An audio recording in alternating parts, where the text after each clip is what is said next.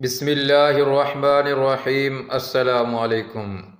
شادی کے بعد بیوی پیاری کیوں نہیں لگتی؟ جاننے کے لیے اس ویڈیو کو مکمل دیکھیں اور اس چینل کو سبسکرائب کریں۔ حدیث میں اچھی اور نیک عورت کو دنیا کی بہترین متاع قرار دیا گیا ہے۔ عورت کی خوبیوں میں سے ایک یہ ہے کہ اس کا خاوند اسے دیکھے تو اس کا دل خوش ہو جائے۔ حضرت ام سلمہ رضی اللہ عنہ فرماتی ہیں کہ نبی پاک صلی اللہ علیہ وسلم نے فرمایا کہ جو عورت اس حالت میں وفات پائے اس کا شوہر اس سے راضی اور خوش ہو وہ جنت میں داخل ہوگی۔ مردوں کے بارے میں کہا جاتا ہے وہ شادی کے بعد اپنی ہی بیوی کے ساتھ ٹھیک رویے نہیں رکھتے۔ وہی بیوی جو ان کو شادی سے پہلے بہت عزیز ہوتی ہے، جاذب نظر لگتی ہے، وہی بیوی شادی کے بعد ان کو اچھی نہیں لگتی۔ یہ بات کہنے سننے کی نہیں بلکہ بہت سے مرد اس کا اعتراف کرتے ہیں۔ اسی طرح کے ایک مرد نے جب ایک مشہور عالم دین سے سوال کیا، انہوں نے کیا دلچسپ جواب دیا۔ اللہ تعالیٰ نے ہمیں بہت سی نعمتوں سے نوازا ہے، مال کی نعمت، صحت کی نعمت، میاں بیوی کی نعمت اور سب سے بڑی دین کی نعمت۔ یہ نعمتیں اس کے لیے ملی ہیں کہ اللہ تعالیٰ کا شکر بجا لایا جاتا، مگر ہم ہیں خواہ مرد ہو یا عورت نعمت پا کر اللہ تعالیٰ کو بھول گئے۔ اگر یاد رہی تو دنیا اور اس کی محبت، دنیا کی رنگینیوں میں مست ہو گئے۔ شراب نوشی، زناکاری، عیاشی، بے حیائی، بے ایمانی اور رنگ رلیا عام ہو گئے ہیں۔ اللہ تعالیٰ قرآن پاک میں ارشاد فرماتا ہے، زیادتی کی چاہت نے تمہیں غافل کر دیا۔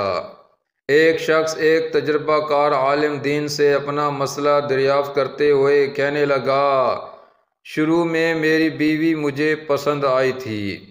اس وقت میری نگاہ میں ایسی تھی جیسے اللہ تعالیٰ اس دنیا کے اندر اس جیسے کسی کو بنایا ہی نہیں۔ جب میں نے اسے شادی کا پیغام دیا تو اس وقت میری نگاہ میں اس جیسی کئی لڑکیاں تھیں۔ میں نے اس سے شادی کر لی تو اس وقت اس سے زیادہ خوبصورت لڑکیاں میری نظر سے گزریں۔ شادی کے چند سال گزرنے کے بعد مجھے ایسا لگنے لگا کہ دنیا کی تمام عورتیں میری بیوی سے زیادہ خوبصورت ہیں۔ عالم دین نے یہ ساری بات بڑے غور سے سنی اور کہا کہ کیا میں تمہیں اس سے بھی زیادہ عجیب و غریب چیز نہ بتاؤں؟ اس آدمی نے جواب دیا، کیوں نہ حضرت، ضرور بتائیں۔ اگر تم دنیا کی ساری عورتوں سے شادی کر لو پھر بھی تمہیں ایسا لگے گا کہ گلی کوچوں میں پھرنے والے آوارے کتے دنیا کی تمام عورتیں سے زیادہ خوبصورت ہیں۔ آدمی ہلکی سی مسکراہٹ کے ساتھ کہنے لگا، حضرت ایسا کیوں کہہ رہے ہیں؟ عالم دین نے جواب دیا، اصل پریشانی تمہاری بیوی میں نہیں، اصل پریشانی یہ ہے جب انسان کا دل لالچی ہو جائے، اس کی نگاہیں ادھر ادھر بھٹکنے لگیں، انسان شرم حیا سے عاری ہو جائے تو قبر کی مٹی کے سوا اور کوئی چیز اس کی آنکھوں کو نہیں بھر سکتی۔ آپ کی پریشانی یہ ہے کہ آپ نگاہیں نیچی رکھ سکتے۔ کیا آپ اپنی بیوی کو دوبارہ سے دنیا کی سب سے خوبصورت ترین عورت بنانا چاہتے ہیں؟ عالم دین نے کہا کہ آپ اپنی نگاہیں نیچی رکھا کریں۔ کیا زبردست جواب دیا عالم دین نے، جب تک تمہاری نگاہیں غیر عورتوں میں بھٹکتی رہیں گی تب تک تمہیں ایسی ہی لڑکیاں خوبصورت سے خوبصورت لگتی رہیں گی۔ اچھے خاوند کی صفات، یہ بات ذہن میں رکھیے کہ اگر اپنی بیٹی کے لیے کوئی آدمی رشتہ ڈھونڈے تو اس کے لیے دو مثالیں کافی ہیں جو ہمیں رسول پاک صلی اللہ علیہ وسلم کی مبارک زندگی میں ملتی ہیں۔ نبی پاک صلی اللہ علیہ وسلم نے اپنے بیٹی کے لیے کیسے داماد کو پسند کیا۔ ایک مثال حضرت علی کرم اللہ وجہ کی، جو رشتے میں قریبی تھے۔ جرات اور شجاعت میں ان کا ثانی نظر نہیں آتا تھا۔ اللہ نے ان کو شیر کا دل عطا کیا تھا، مشقت اٹھانے والا بدن تھا، ذمہ داریاں نبھانے والے انسان تھے۔ سب سے بڑی بات کہ اللہ تعالیٰ نے علم اتنا عطا کیا کہ علوم کے بحرانہ پیدا کنار تھے۔ تو معلوم ہوا کہ اپنی بیٹی کے لیے رشتہ ڈھونڈنا ہو تو اس سے بہتر مثال اور کوئی نہیں مل سکتی۔ دوسری مثال حضرت سیدنا عثمان غنی رضی اللہ عنہ کی ہے۔ اچھا کاروبار تھا، معاشرے میں عزت کا مقام تھا، اسلام لانے سے پہلے بھی معاشرے کے معزز انسان سمجھے جاتے تھے، طبیعت میں نرمی تھی، اس قدر باحیا تھے کہ اللہ کے نبی صلی اللہ علیہ وسلم نے فرمایا عثمان غنی سے اللہ تعالیٰ کے فرشتے بھی حیا کرتے ہیں۔ بیٹی کے لیے رشتہ ڈھونڈنا ہو تو اللہ کے نبی صلی اللہ علیہ وسلم نے ہمارے سامنے مثالیں پیش کر دیں، اس سے بہتر مثالیں ہمیں دنیا میں کہیں اور نہیں مل سکتی۔ خاوند کی خوبیوں میں سے ایک بڑی خوبی یہ ہے کہ اس میں تحمل مزاجی ہو، کیونکہ وہ گھر کا سربراہ ہوتا ہے۔ جس ادارے کا سربراہ ہی بات بات پر بگڑ جائے وہ ادارہ تو بک رپٹ ہوگا۔ اس لیے ارشاد فرمایا گیا وَلِلرِّجَالِ عَلَيْهِنَّ دَرَجَةٌ، اللہ تعالیٰ نے مردوں کو عورتوں پر ایک درجہ عطا فرمایا، یعنی ان کو گھر کا سربراہ بنایا۔ مرد کی مثال بادشاہ کی ماند ہے اور عورت کی مثال ملکہ کی ماند، لہٰذا مرد میں تحمل مزاجی اور بردباری کا ہونا انتہائی ضروری ہے۔ آپ نے دیکھا ہوگا کہ جب یہ تحمل اور بردباری نہیں ہوتی تو چھوٹی چھوٹی باتوں پر نوک جھوک ہوتی ہے۔ معمولی باتیں جیسے کھانے میں نمک کیوں کم ہے، یہ روٹی ٹھنڈی کیوں آ گئی، گرم آنی چاہیے تھی، یہ فلاں کام ایسا کیوں ہوا۔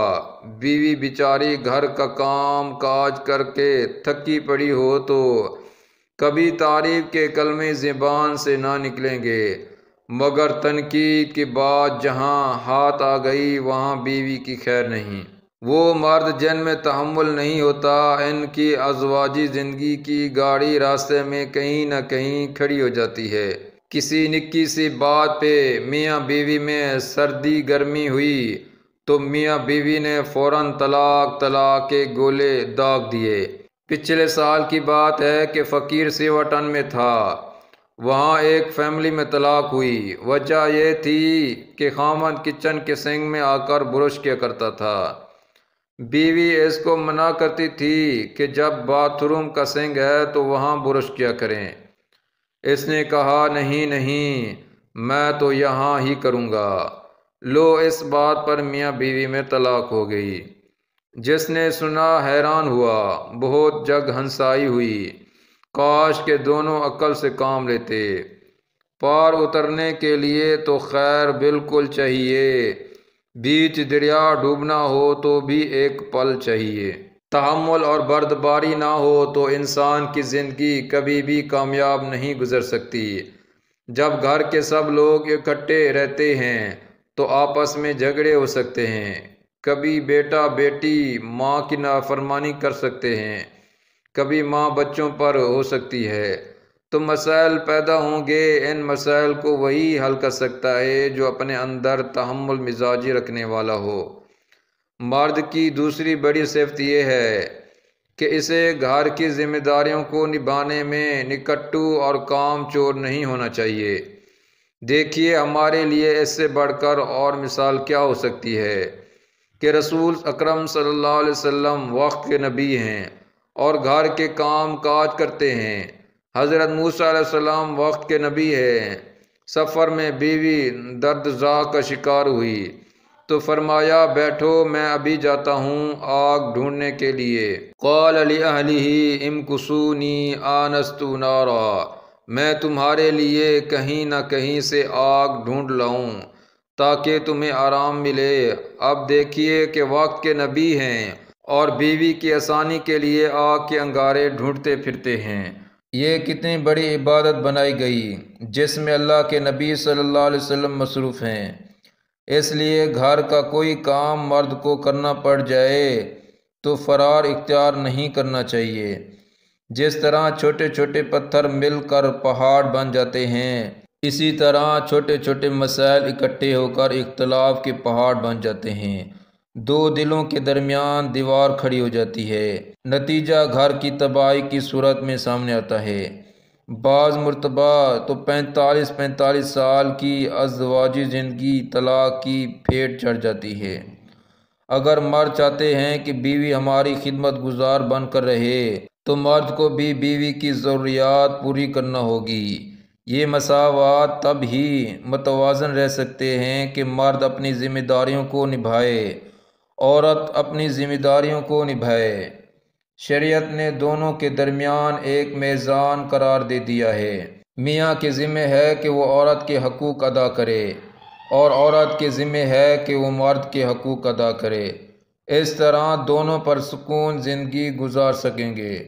یہی ازدواجی زندگی کا مقصد ہے۔ اللہ تعالیٰ کا ارشاد ہے، وَمِنْ آیَةٍ، اور اس کی نشانیوں میں سے ہے کہ ان خلق لکم من انفسکم ازواجا، کہ اس نے تمہارے لیے بیویاں بنا دیں، لتسکنوا الیہا، تاکہ تم ان سے سکون حاصل کر سکو، وجعل بینکم مودۃ ورحمہ، اور تمہارے درمیان مودت اور رحمت پیدا کر دی۔ ان فی ذلک لآیۃ لقوم یتفکرون، سوچنے والوں کے لیے اس میں بڑی نشانیاں ہیں۔ اب قرآن مجید سے یہ ثابت ہوا کہ ازدواجی زندگی کا اصل مقصد پیار و محبت سے رہنا اور پرسکون زندگی گزارنا ہے۔ سوچئے، جب ہم خود ہی سکون کے پرخچے اڑانے والے بن جائیں گے تو پھر ازدواجی زندگی کیسے کامیاب ہوگی؟ اچھی اور کامیاب زندگی وہی ہے جس میں خاوند کو بھی سکون ہو اور بیویوں کو بھی۔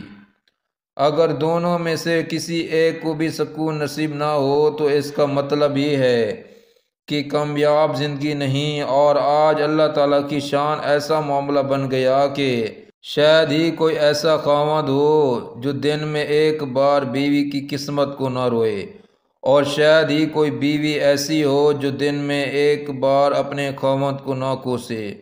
یہ سب ہماری بے علمی اور بے عملی کا نتیجہ ہے۔ ہم مقصد اصلی کو بھول گئے۔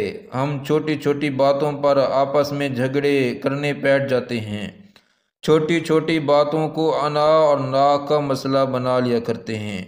یہ غلط ہے، ہمیں ہوش کے ناخن لینے کی ضرورت ہے۔ اس ویڈیو کو لائک کریں، شیئر کریں اور اس چینل کو سبسکرائب کریں۔ جزاکم اللہ خیرا۔